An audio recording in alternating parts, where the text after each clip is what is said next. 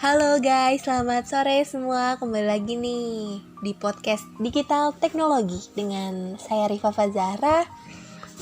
Udah dengar belum nih teman-teman? Di podcast kita sebelumnya ini kita akan menampilkan tema-tema yang menarik loh. Nah, kali ini kita akan membahas tema fenomena TikTok di Indonesia. Kali ini juga saya menghadirkan satu narasumber yang berbeda loh, yaitu Kak Mega. Dan saya masih ditemani oleh Bapak Harsono, narasumber kita yang kemarin. Mereka berdua ini akan menemani saya selama 30 menit ke depan. Halo Kak Mega dan Pak Harsono, selamat sore semua. Apa kabarnya nih? Biar lebih akrab dengan pendengar yang di rumah. Nah, kebetulan ada narasumber yang baru juga nih. Saya mempersilakan untuk Kak Mega memperkenalkan diri ya Kak ya. Silakan Kak Mega untuk perkenalannya mungkin lebih dulu. Halo, saya Mega. Saya merupakan pengguna TikTok aktif yang memiliki 1 juta followers. Halo semuanya, masih kenal saya? Saya Harsono. Saya merupakan dosen IT di salah satu universitas swasta di Jakarta. Gimana nih teman-teman narasumber kita kali ini? Keren bukan? Nah, teman-teman tahu nggak sih setengah tahun lalu di mana saat itu TikTok masih dianggap sebagai aplikasi pinggiran. Aplikasi buatan Cina itu pernah diblokir oleh Kementerian Komunikasi dan Informatika. Bisa disebut juga dengan Kominfo. Pada pertengahan 2018. Alasannya TikTok dinilai negatif untuk anak-anak loh. Seperti pelanggaran konten yang ditemukan itu antara lain pornografi, asusila, pelecehan agama, dan lain-lain. Namun, pemblokiran tersebut hanya berlangsung seminggu. Terhitung mulai dari 3 Juli 2018, sejak pertama kali TikTok diblokir, hingga 10 Juli 2018. Meski blokir kembali dibuka, TikTok masih harus berjibaku untuk meningkatkan popularitasnya di Indonesia dalam waktu yang cukup singkat.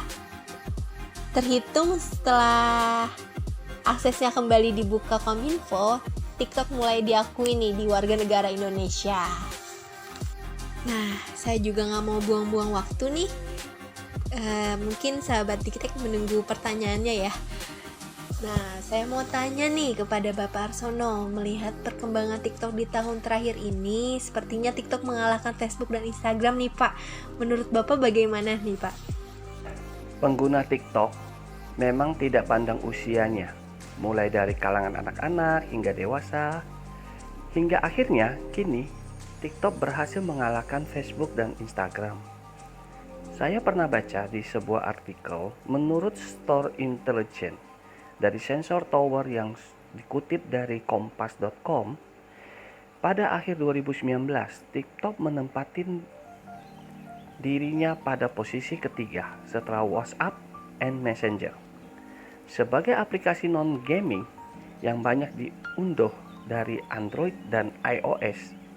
Kemudian baru disusul aplikasi Instagram dan Facebook. Berikut data-data undahan yang dari laporan Sensor Tower per kuartal 3 2019. WhatsApp didownload 707,4 juta.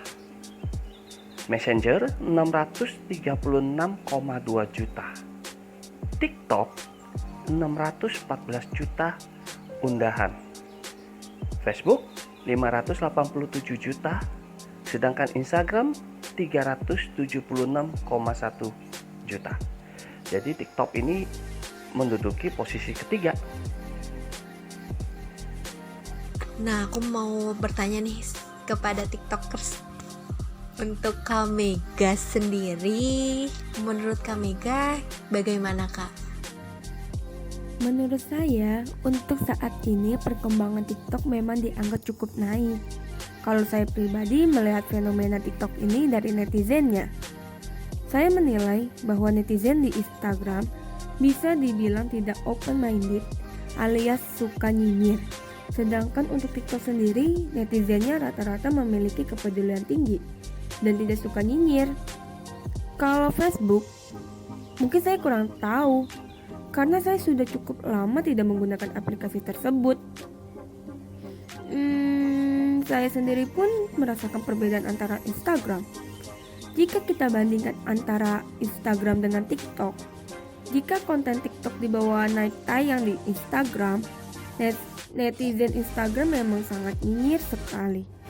Bisa jadi pengguna Instagram nantinya akan bergeser ke aplikasi TikTok. Lanjut nih ke pertanyaan berikutnya. Untuk Pak Arsono, menurut Bapak kenapa TikTok bisa naik sampai saat ini nih Pak? Saya pun bingung juga nih. Dulu tuh TikTok masih di bawah dan sekarang pun jadi booming besar loh di seluruh dunia ini. Seperti yang sudah kita ketahui, pengguna TikTok bukan hanya dari kalangan yang biasa saja loh.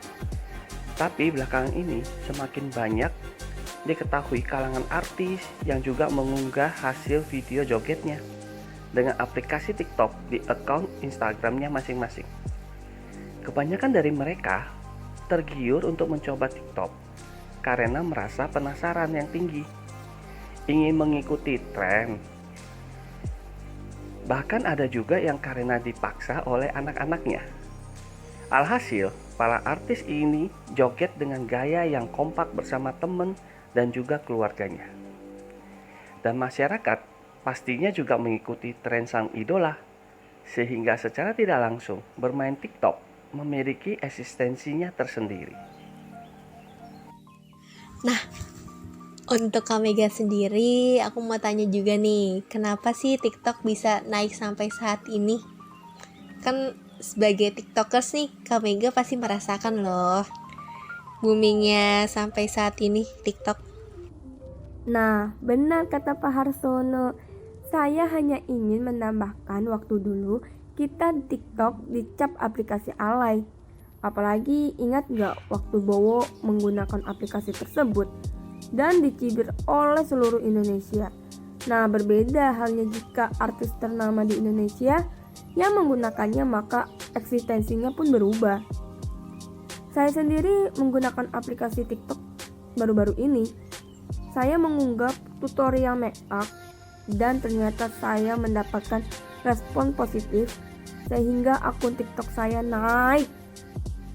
Bahkan saya pun mendapat pundi-pundi rupiah di sana dengan mengendorse produk-produk kecantikan. Selain itu, di TikTok bukan hanya perihal joget-joget, banyak hal positif yang ada di dalamnya. Seperti saya membuat konten tutorial make up, atau ada juga tutorial masak simple. Seperti waktu awal pandemik, beberapa makanan menjadi viral karena salah satu netizen mengunggah video masak yang simple.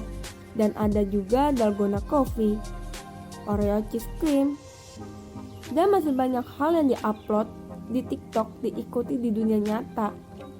Oh iya, saya juga sempat mengikuti DIY mengcover kamar tidur agar nyaman. Wah, keren banget nih. Ternyata TikTok banyak sekali hal positif yang dapat diikuti oleh seluruh kalangan, khususnya generasi milenial saat ini loh. Oh ya, saya mau tambahkan sedikit ya. Benar apa yang dibicarakan Nak Erin. Anak saya itu loh membuat dalgona cafe. Saya dikerjain anak saya untuk mengaduk kafe agar mengembang seperti foam. Capek juga loh. Saya juga sempat tuh Pak untuk membuat minuman itu, tapi saya gagal. Nah, balik lagi nih teman-teman. Jadi kesimpulannya, TikTok bukan hanya sebagai sarana hiburan saja loh.